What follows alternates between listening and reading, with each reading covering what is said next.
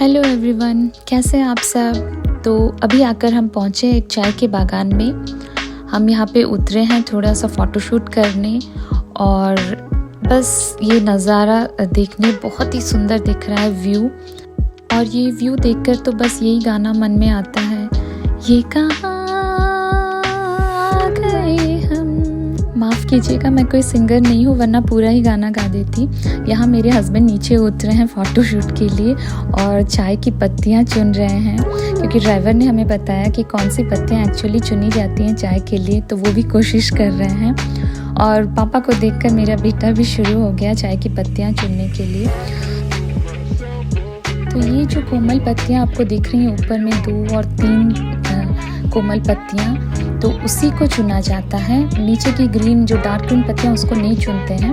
तो बस इन्हीं पत्तियों से चाय बनती है। और जैसा कि मैंने आपको लास्ट वीडियो में दिखाया, उन शॉपकीपर ने हमें जो समझाया था कि जब पहला हार्वेस्ट होता है, सीज़न का पहला हार्वेस्ट होता है, उसे फर्स्ट फ्लॉश कहते हैं। और वो चाय की पत्ती ज़्यादा एक्सपेंसिव होती है, उसमें ज़्यादा फ्लेवर होता है, कलर कम रहता है लेकिन फ्लेवर बहुत ज़्यादा रहता है उसमें। और फिर सेकेंड हार्वेस्टिंग को सेकेंड फ्लॉस, और उस हिसाब से प्राइस भी चेंज होता है। अब हम आकर पहुंच गए हैं एक और चाय के बागान में, और ये बागान है गोपाल धारा टी लिमिटेड का। यहाँ पे चाय टेस्टिंग का भी ऑप्शन अवेलेबल था। हमने चाय टेस्टिंग की, पता नहीं क्यों ये लोग कैसे चाय बनाते हैं, इनके हाथ से तो बहुत ही अच्छी लगती है, पर जब हम खरीद के इसको लेके जाते हैं और हम खुद ट्राई करते हैं तो वो टी उतनी टेस्टी नहीं होती है। ऊटी में भी हमने सेम चीज़ फेस किया था और यहाँ पर भी पीकर हमें बहुत अच्छा लगा, और हम गिफ्ट के पर्पस से भी बहुत सारे पैकेट्स लेके गए, पर बाद में उसका टेस्ट उतना अच्छा नहीं था। चाय टेस्टिंग के बाद अब हम आगे निकल पड़े हैं। ये लेफ़्ट में आप जो एरिया देख रहे हैं वो है नेपाल का। तो रोड के लेफ़्ट में है नेपाल का एरिया और राइट साइड है इंडिया। तो ये एक बहुत ही अच्छा लगा हमें ये देखकर। तो ये सारा एरिया आप लेफ़्ट साइड में जो देख रहे हैं ये है नेपाल का। तो हम यहाँ पे पहले उतरे और जहाँ से नेपाल शुरू हो रहा है, तो देखिए राइट साइड है इंडिया और ये है नेपाल। तो यहाँ से नेपाल शुरू हो रहा है। ये बॉर्डर नहीं है, आगे मैं आपको बॉर्डर दिखाऊंगी, पर ये नेपाल का एरिया है। ये है बॉर्डर। यहाँ पे एक्चुअली कैमरा अलाउड नहीं है, तो मैं थोड़ा सा बस रिकॉर्ड की थी, फिर मुझे मना कर दिए, इसलिए मैं और रिकॉर्ड नहीं कर पाई। यहाँ से हमें अंदर एंट्री लेनी है अपना आई कार्ड दिखाकर, तभी जाकर ये लोग एंट्री देते हैं। अपने पूरी आइडेंटिटी चेक होने के बाद ये एंट्री देते हैं अंदर। तो अब हम अंदर आ गए हैं नेपाल में बॉर्डर क्रॉस करके। इस बॉर्डर को पशुपति फाटक कहते हैं, क्योंकि यहाँ पे पास में एक पशुपति टेम्पल है। ये वो पशुपतिनाथ टेम्पल नहीं है जो कि वर्ल्ड फेमस है, पर ये भी उसी जैसा एक लुक अलाइक है और एक छोटा सा टेम्पल है। और अब हम यहाँ से एक वैन लेंगे। यहाँ पे कुछ अराउंड 300 रुपीज़ चार्ज करते हैं टू एंड फ्रो। तो ये वैन लेकर हम इनका मार्केट घूमेंगे और ये हमें वो मंदिर भी दिखाएंगे, और फिर हम उसी वैन से वापस आ जाएंगे। तो मैंने जाते वक्त ऐसे ही ड्राइवर से पूछा कि यहाँ पे क्या करेंसी चलती है, तो उन्होंने कहा कि इंडियन करेंसी ही चलती है। और मैंने ये भी पूछा कि सिर्फ बॉर्डर में ही चलती है या फिर पूरे नेपाल में चलती है, तो उन्होंने आई वॉज सरप्राइज्ड, उन्होंने कहा कि पूरे नेपाल में ही इंडियन करेंसी चलती है।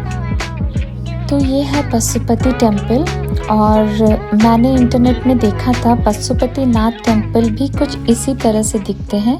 तो ये शायद उसका एक छोटा सा वर्जन है, क्योंकि जो मेन पशुपतिनाथ टेम्पल काठमांडू में है वो नेपाल का सबसे पुराना और बिगेस्ट टेम्पल है।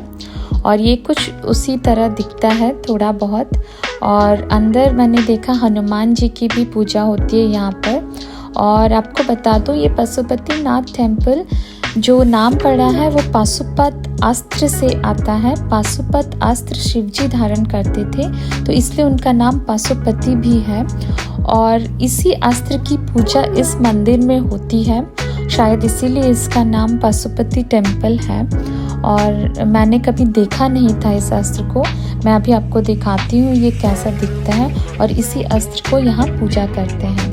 हम दोपहर में आए थे, इसलिए कोई पुजारी नहीं थे। देखिए मैं जितना हो सकता है आपको दिखा रही हूँ। ये है पाशुपति अस्त्र जिसकी पूजा यहाँ पर होती है, पाशुपत अस्त्र सॉरी। और ये पूरा मंदिर कुछ इस तरह से दिखता है, लेकिन बंद था, बहुत सारे पार्ट्स हम जा नहीं पाए बाहर और कोई नहीं था, बस कुछ इस तरह से दिखता है। मैंने थोड़ा बहुत रिकॉर्ड किया है। फिर मंदिर से निकलकर हम थोड़ा सा नेपाल मार्केट में थोड़ा घूमे। इसे भी शायद पाशुपति मार्केट कहते हैं और लगभग सारी चीज़ें इंडिया जैसी ही थी। और अब हम आकर पहुँचे हैं सिमाना व्यू पॉइंट पर।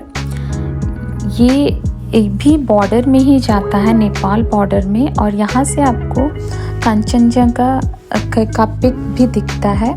ये लगभग हम लोग 7500 फीट के एल्टीट्यूड में थे और यहाँ से नीचे का व्यू और सराउंडिंग माउंटेन्स का व्यू बहुत ही सुंदर था। और यहाँ की खासियत ये है कि ये जो मार्केट है वो कब्रिस्तान पर बना है, ये आप देख सकते हैं, देखने पर पता चलता है। तो ये पूरा मार्केट, और यहाँ पर आपको खाने के लिए मोमोज़ और मैगी मिलेगा और चाय।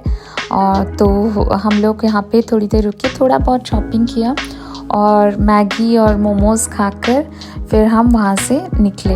तो खाते वक्त तो हमें पता नहीं था कि ये कब्रिस्तान पर पूरा मार्केट बना है। जब हम खा चुके तो हमारे ड्राइवर ने बताया कि ये देखिए, ये पूरा मार्केट ही कब्रिस्तान पर बना है।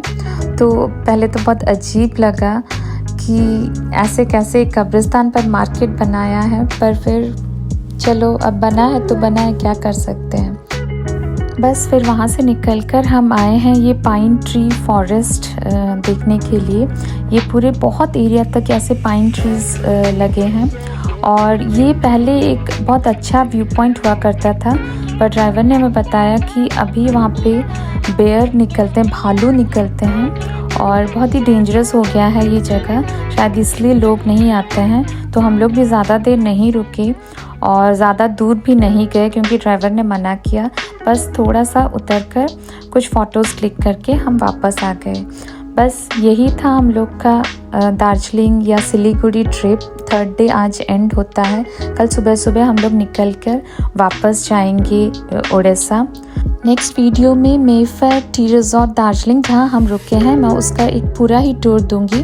बहुत ही सुंदर है। मैंने तो वैसे रूम का टूर दिया है ऑलरेडी, लेकिन मैं पूरे टी रिज़ॉर्ट का, तो उनका टी गार्डन्स, टी टेस्टिंग और पूरा रिज़ॉर्ट कैसा दिखता है उसका एक वीडियो बनाकर आपको दूंगी। तो तब तक के लिए जुड़े रहिए मेरे साथ। Stay safe.